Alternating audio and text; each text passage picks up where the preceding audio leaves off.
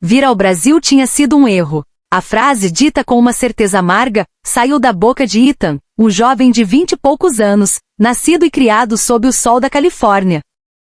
Ao seu lado, Léo, seu amigo de infância, apenas balançou a cabeça, o suor escorrendo pela testa e se misturando à poeira da calçada. Para eles, o Brasil era a terra prometida, o epicentro da alegria e da paixão, um sonho construído com clipes de funk no YouTube, com as jogadas geniais de Pelé e Neymar que assistiam de madrugada, e com as imagens hipnóticas do Carnaval do Rio que pintavam um paraíso de cores. Música e corpos em celebração. Antes de dormir, eles repassavam os dribles de Ronaldinho. Durante o dia, ouviam playlists de samba e bossa nova, imaginando-se em uma praia de areia branca, com uma caipirinha na mão. Em seus corações, o Brasil era um símbolo de liberdade e êxtase. Um dia a gente vai pra lá, uma promessa sussurrada tantas vezes que se tornou um mantra, rabiscado nas margens dos cadernos da faculdade. Os anos passaram, transformando os garotos em homens. Trabalharam em 2 empregos, economizaram cada centavo, e finalmente compraram as passagens de ida e volta. A gente conseguiu! O sonho vai virar realidade! Gritaram, trocando um high-five no aeroporto de Los Angeles, a euforia tão intensa que parecia transportá-los de volta à adolescência. A fantasia era clara, o Brasil seria um grande parque temático de felicidade. Eles haviam cruzado o continente americano, o coração inflado de expectativas. Mas esse sonho, construído ao longo de uma década, desmoronou em menos de 5 minutos. Ao desembarcarem no Aeroporto Internacional do Galeão, no Rio de Janeiro, foram atingidos por uma muralha invisível, uma onda de calor úmido, sons, cheiros e movimento que os deixou sem ar. Era um caos vibrante. Pessoas gritavam ao se reencontrar, abraçando-se com uma intensidade que parecia capaz de quebrar ossos. Vendedores anunciavam água, salgados e chips de celular em um português rápido e musical. Músicas diferentes vazavam de pequenas caixas de som, misturando-se aos anúncios dos voos. Que barulho é esse? É sempre assim? Sussurrou Ethan. Onde estava a tranquilidade da bossa nova, a elegância suave que imaginavam? A fila da imigração era uma entidade viva, ondulando e se reorganizando a cada instante. As pessoas conversavam alto, riam, gesticulavam. Ninguém parecia se importar com o espaço pessoal. Um homem deu um tapinha amigável no ombro de Léo para pedir uma informação, e o toque repentino o fez encolher-se. Isso aqui não é o Brasil que eu vi nos vídeos, murmurou Léo, a decepção começando a azedar sua excitação. O Brasil dos seus sonhos era vibrante, mas organizado em sua alegria. O Brasil real parecia uma festa caótica e ensurdecedora da qual eles não haviam sido convidados. O táxi para o hotel foi outra provação. O motorista costurava pelo trânsito com uma habilidade assustadora, o rádio tocando um samba em volume máximo, enquanto ele buzinava e gritava com outros motoristas com um sorriso no rosto. Pelas janelas, uma cidade pulsante e contraditória se revelava. Prédios modernos ao lado de construções antigas, pichações coloridas cobrindo muros cinzentos, e uma energia humana que transbordava por toda parte. Isso não é relaxante. É estressante, disse Ethan, sua voz quase inaudível em meio à cacofonia. A gente cometeu um erro. A frase, antes um pensamento, agora era uma conclusão dolorosa. A sensação de serem estrangeiros, de não pertencerem era esmagadora. Eles se sentiam como peixes fora d'água, sufocados não pela falta, mas pelo excesso de vida. Contudo, era justamente esse choque, essa imersão brutal na realidade, que se tornaria o primeiro passo da jornada que mudaria suas vidas para sempre. Aquele aeroporto barulhento, o trânsito caótico, eram na verdade, espelhos da alma brasileira. Uma alma que não se contém, que transborda em som e contato. Uma cultura onde um abraço apertado substitui um cumprimento formal, onde a música alta não é para incomodar, mas para compartilhar, e onde um sorriso no meio do caos é um ato de resistência. Eles ainda não sabiam, mas por trás daquela aparente desordem existia uma força e uma generosidade que eles jamais haviam conhecido. No meio do fluxo de pessoas, Ethan percebeu algo. Ninguém empurrava, ninguém parecia irritado. As pessoas desviavam umas das outras com uma fluidez quase coreografada, um tipo de ordem orgânica dentro do caos. Léo, olhando para a cena com olhos atordoados, murmurou, cara, porque todo mundo aqui parece tão intenso e relaxado ao mesmo tempo? Não é relaxado, é caótico. Mas, ninguém parece odiar isso, respondeu Ethan, uma ponta de estranha admiração em sua voz. Tinham vindo em busca de festa e encontraram um tipo diferente de energia, uma que os assustava e fascinava na mesma medida. Era um espaço moldado pela coletividade e não pelo indivíduo, uma gentileza que não pedia licença, que simplesmente acontecia. Não era sobre se exibir, mas sobre se conectar, mesmo que por um instante. Pela primeira vez, Ethan e Léo estavam entrando em contato com o verdadeiro significado daquele calor humano. E em momentos fugazes eles começaram a notar. Um homem que ajudava uma senhora a carregar suas sacolas pesadas. O motorista do ônibus que esperava uma jovem correr para alcançar o ponto. Pequenos gestos quase invisíveis no turbilhão da cidade, que eram como orações silenciosas no meio do barulho. A generosidade vibrante do Brasil começava lentamente a abalar suas certezas. A viagem que a gente achou que foi um erro, talvez seja a mais importante das nossas vidas, disse Léo, e Ethan concordou com um aceno de cabeça. Eu não quero mais o Brasil dos cartões postais. Eu quero entender este aqui, o de verdade. Era a história de dois jovens perdidos entre o sonho e a realidade, que começavam a descobrir a beleza na desordem e a força no sorriso. Uma história sem roteiros espetaculares, mas que revelava, em sua essência, a beleza do espírito humano. A gente veio pro Brasil e descobriu, pensou Ethan, que o que a gente procurava não era a festa perfeita. Era essa humanidade imperfeita. O outro rosto do Brasil, aquele que o mundo raramente vê, estava prestes a se revelar. E depois de ouvir esta história, talvez um novo Brasil também nasça dentro de você. Se você se identificou ou se sentiu essa energia, inscreva-se no canal e deixe seu like. Seu apoio é a força que leva essas histórias para mais pessoas.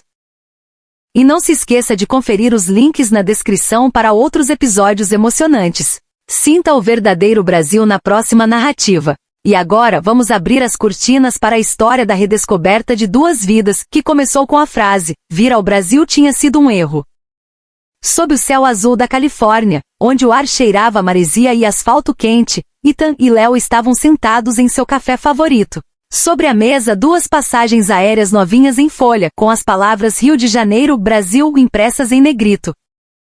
Olha isso, cara. É real. A gente comprou mesmo, disse Ethan, a voz trêmula de excitação. Léo deu um soco de leve em seu ombro, rindo.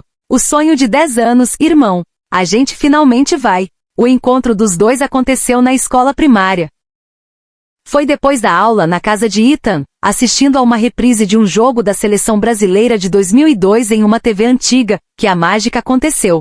Os dribles impossíveis de Ronaldinho, a força de Ronaldo, a união de um time que parecia dançar em campo. Os dois garotos se apaixonaram pelo futebol arte, por aquele país do outro lado do mundo. A partir dali suas vidas começaram a orbitar em torno do Brasil.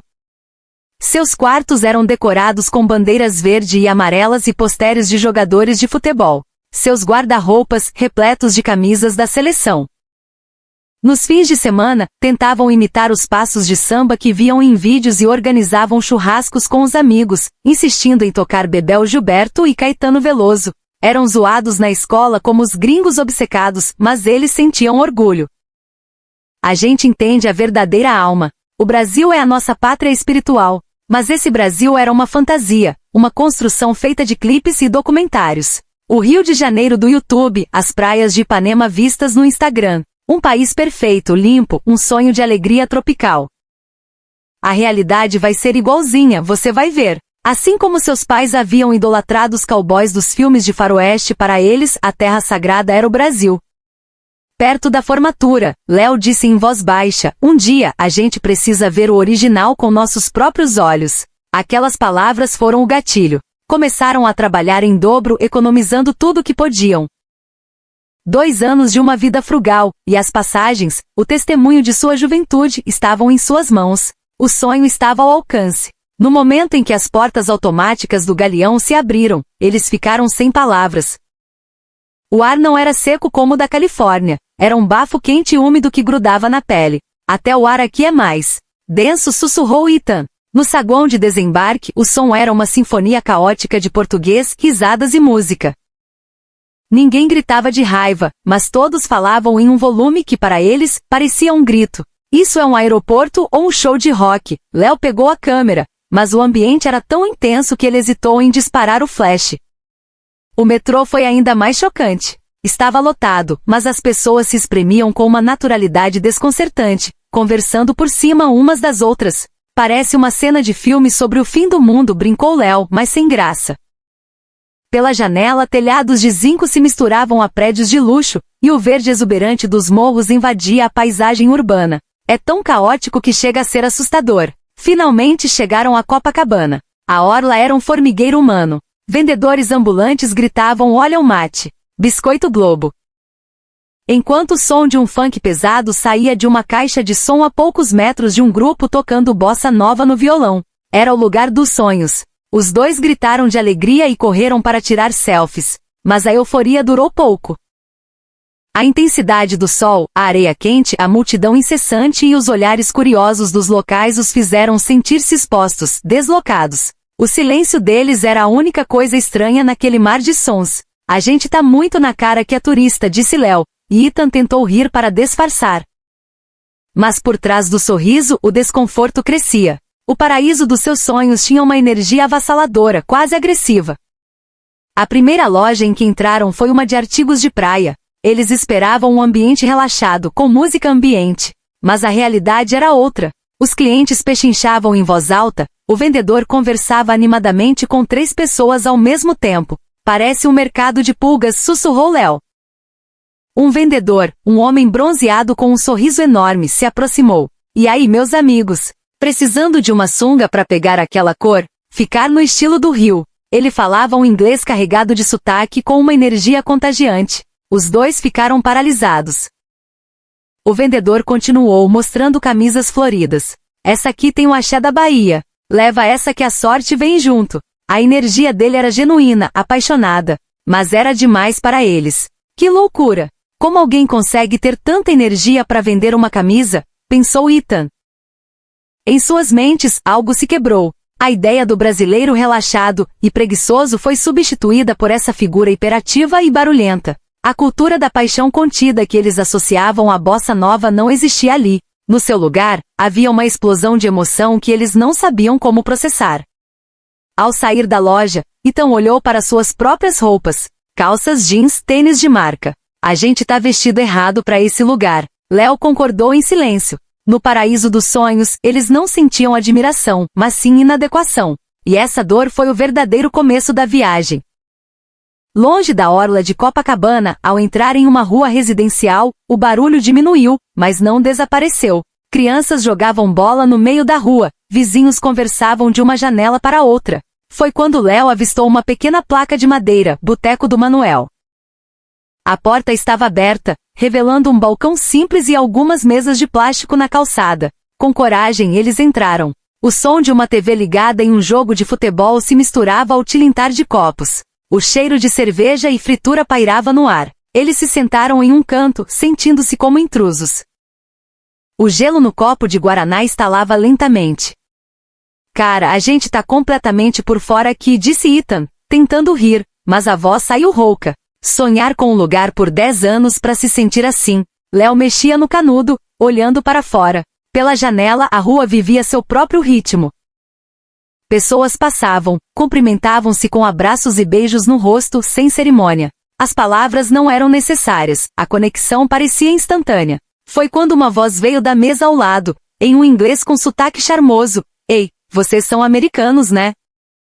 Eles se viraram e viram um grupo de 4 jovens brasileiros sorrindo para eles. Um rapaz de óculos continuou, um pouco tímido: "A gente curte muito os filmes de Hollywood. Ver vocês aqui tão quietinhos é até estranho. Aconteceu alguma coisa?" Léo não conseguiu evitar uma risada amarga. "Não, a gente só não tá acostumado com toda essa energia." Uma das garotas do grupo, de cabelos cacheados e sorriso largo, balançou a cabeça. "Ah, entendi. O Brasil pode ser um pouco intenso para quem chega, mas não é por mal, sabe? A gente só é assim, transparente." "Transparente?" perguntou Ethan. "Sim, aqui a gente veste a roupa para se sentir bem, não para impressionar os outros. É para aguentar o calor, para poder dançar se a música for boa. A roupa é para viver." A frase o atingiu em cheio. A roupa é uma forma de respeito ao outro, lembrou-se de um conceito que ouvirá sobre outra cultura.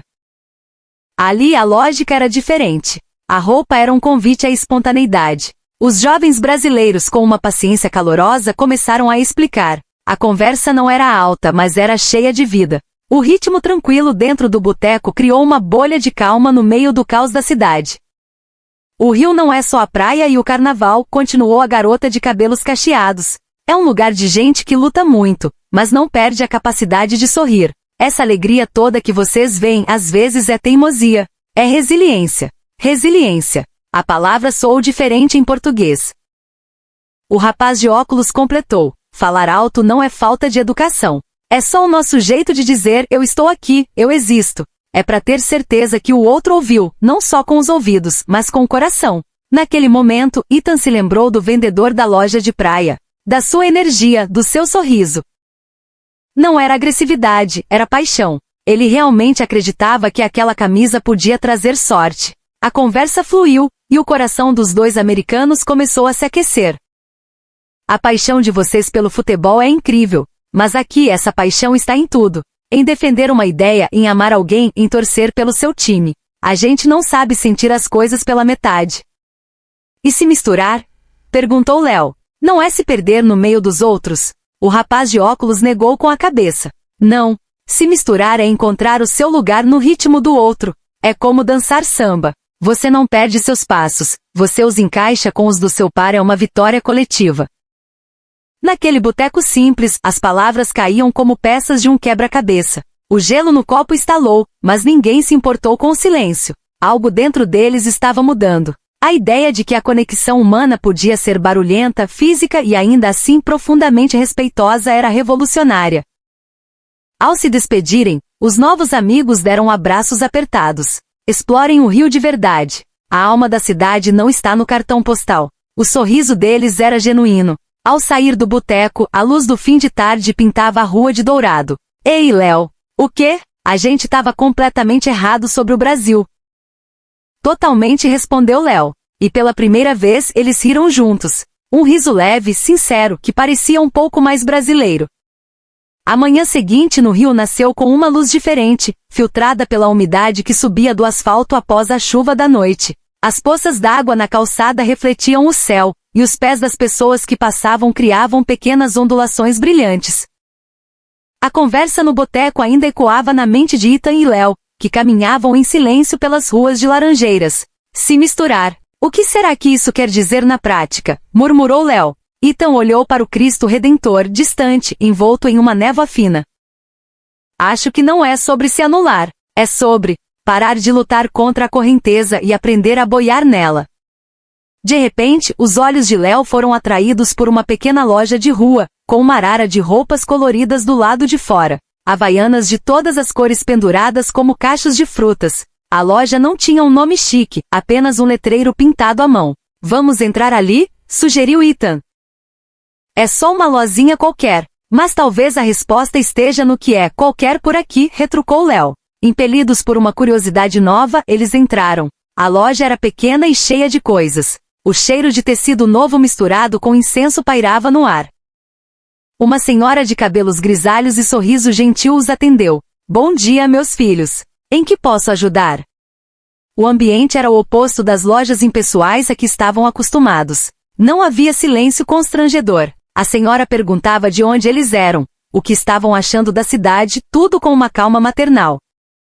Ethan pegou uma camisa de linho leve, de um azul que lembrava o mar. Léo escolheu uma com uma estampa sutil de folhas de bananeira. Eram roupas simples, sem marcas famosas, mas feitas para o clima, para o corpo se mover livremente. Essa aqui é boa, não amassa e deixa a pele respirar. É roupa para ser feliz, disse a senhora, piscando um olho. Ao se olharem no espelho, vestindo as camisas novas e um par de havaianas, a imagem refletida era de outras pessoas. Não eram mais os turistas californianos deslocados. As roupas simples pareciam ter despido deles uma camada de formalidade e rigidez. O corpo parecia mais relaxado, a postura mais aberta. Ficou ótimo, disse Ethan, e Léo sorriu. Parece que a gente finalmente tá vestido pra festa. No caixa, a senhora lhes deu um pequeno desconto, para dar sorte na viagem. Aquele pequeno gesto, o calor daquela interação, pareceu pesar mais do que as próprias roupas. Do lado de fora, o sol havia rompido as nuvens. A luz batia nas folhas molhadas das árvores, fazendo-as brilhar. No reflexo de uma vitrine, eles viram a si mesmos. O mesmo lugar de ontem, a mesma cidade, mas a imagem refletida era serena, confiante. Isso é se misturar, talvez, sussurrou Ethan. Não é sobre se esconder, é sobre se mostrar de um jeito mais gentil. É sobre vestir a alma do lugar, completou Léo, com um sorriso. O peito dele se encheu de uma leveza que não sentiam desde que chegaram. Nesse momento, de uma janela próxima começou a tocar um samba antigo. Ontem aquele som lhes pareceria apenas mais um ruído na cacofonia da cidade. Hoje eles conseguiam ouvir a melodia, a batida do coração da música. Eles não correram para a praia, para os pontos turísticos. Em vez disso, continuaram a caminhar sem rumo, observando. Começaram a notar a ordem dentro do caos. O jeito como as pessoas formavam uma fila espontânea para o pão na padaria, o ciclista que desviava de um cachorro com um assobio amigável. Em cada esquina havia uma dança invisível de cooperação. O Brasil era barulhento, sim, mas era um barulho que construía pontes, não muros. Esse país é forte, mas de um jeito quieto, disse Ethan. Não, a força dele é barulhenta. A gente que não sabia ouvir a música, corrigiu Léo. Seus passos estavam mais leves. A viagem que começou como um erro estava, aos poucos, se transformando em uma lição. A tarde emoldurava o Rio de Janeiro em tons dourados. Com as camisas leves compradas na pequena loja, Ethan e Léo decidiram se afastar do circuito turístico e explorar o bairro de Santa Teresa. O destino não importava. O que eles queriam era observar, com seus novos olhos, o fluxo da vida brasileira. No ponto do famoso bondinho amarelo, uma pequena multidão se formava. No entanto, a atmosfera não era de tensão. Pessoas conversavam, um músico de rua tocava chorinho em um cavaquinho, e a espera se transformava em um evento social. Olha só, a fila não é uma linha reta. É um grupo. E todo mundo sabe quem chegou primeiro, sem precisar de número, comentou Léo maravilhado. Ethan concordou. Não é uma ordem imposta. É um acordo. É confiança. Enquanto esperavam, o menino que vendia balas de cocô se aproximou. Ele não foi insistente, apenas sorriu e ofereceu. Ethan comprou um saquinho. O menino agradeceu com um valeu, tio. Um gesto de familiaridade que o aqueceu por dentro. Na Califórnia, ele seria um senhor, um sir. Ali era tio. Essa intimidade casual que permeava todas as interações era a cola social do país. Ao lado deles, no banco, um senhor lia jornal. Ele notou o interesse dos rapazes pelo músico e, sem que perguntassem, começou a contar a história do chorinho, explicando a importância de Pixinguinha. A conversa fluiu naturalmente, sem formalidades. Aquela generosidade em compartilhar conhecimento e incluir o estranho na conversa, era o oposto do isolamento que sentiam no início. O bondinho chegou, e as pessoas entraram com calma, ajudando umas às outras a subir. De seu assento, Ethan olhou pela janela e viu uma cena que ficou gravada em sua memória. Em uma laje, uma família fazia churrasco. O som das risadas e da música se misturava ao cheiro da carne.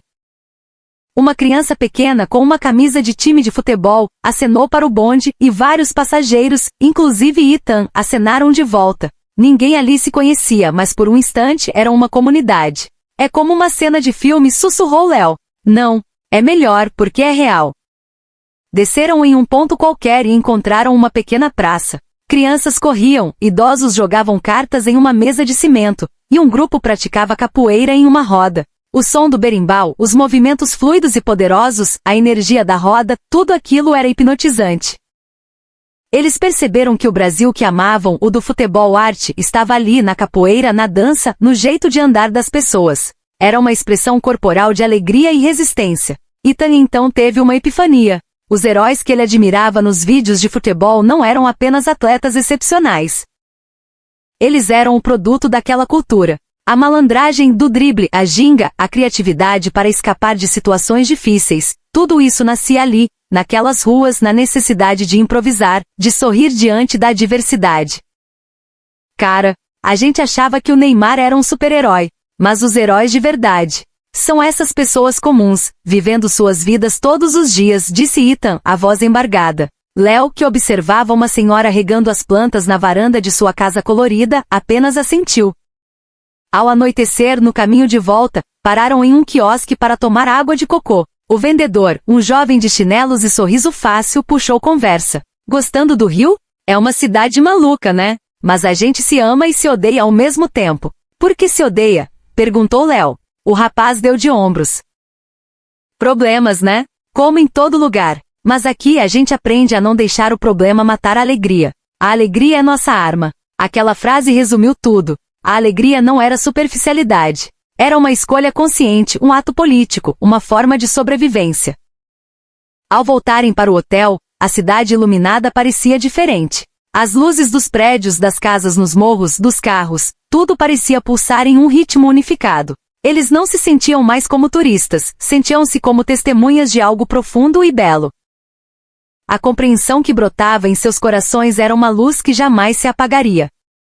No último dia, o céu do rio estava coberto por uma fina camada de nuvens, mas a cidade abaixo continuava vibrante e bela. Ethan e Léo voltaram ao boteco do Manuel, o lugar onde a transformação havia começado. Da primeira vez, sentaram-se ali com os ombros curvados, a decepção estampada no rosto.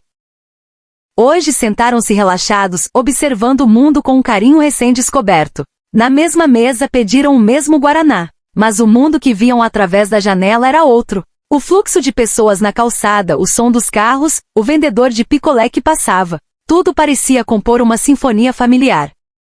Lembra quando a gente chegou aqui, querendo fugir? Disse Léo com um sorriso. Lembro. A gente se perguntava por que todo mundo era tão barulhento. Ethan riu. Agora eu entendo. O barulho era o som da confiança. O som de gente que não tem medo de se expressar. Exato, concordou Léo.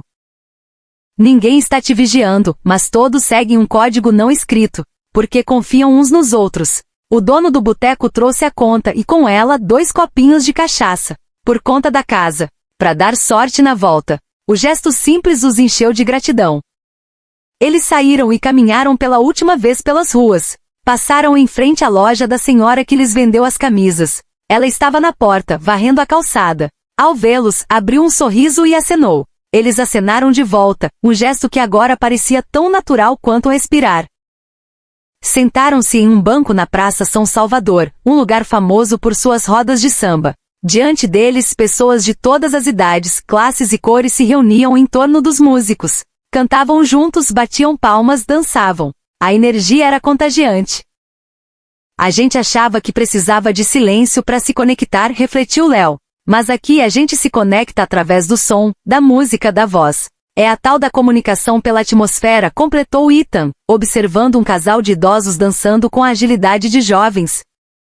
De repente viram rostos familiares se aproximando. Eram os estudantes que haviam conhecido no boteco. E aí?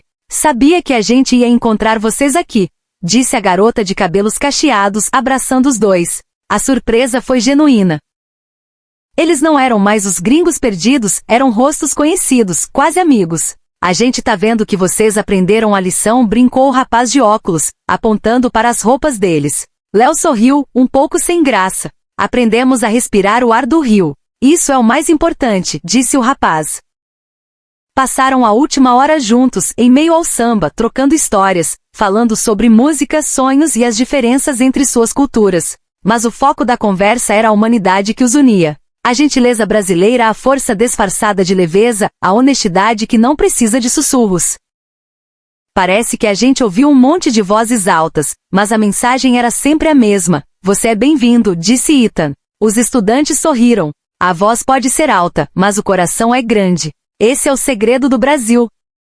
O pôr do sol começou a tingir o céu de laranja e rosa. Na hora da despedida, o rapaz de óculos disse, voltem sempre. Mas da próxima vez, não como turistas, como amigos. As palavras aqueceram o peito dos dois. O caminho de volta para o hotel foi silencioso. As luzes da cidade começavam a se acender, uma a uma, como estrelas em uma constelação urbana. Aquela frase, vir ao Brasil, tinha sido um erro. Nunca mais vou conseguir dizer isso, disse Ethan rindo. Pelo contrário, foi o erro que nos colocou no caminho certo, respondeu Léo.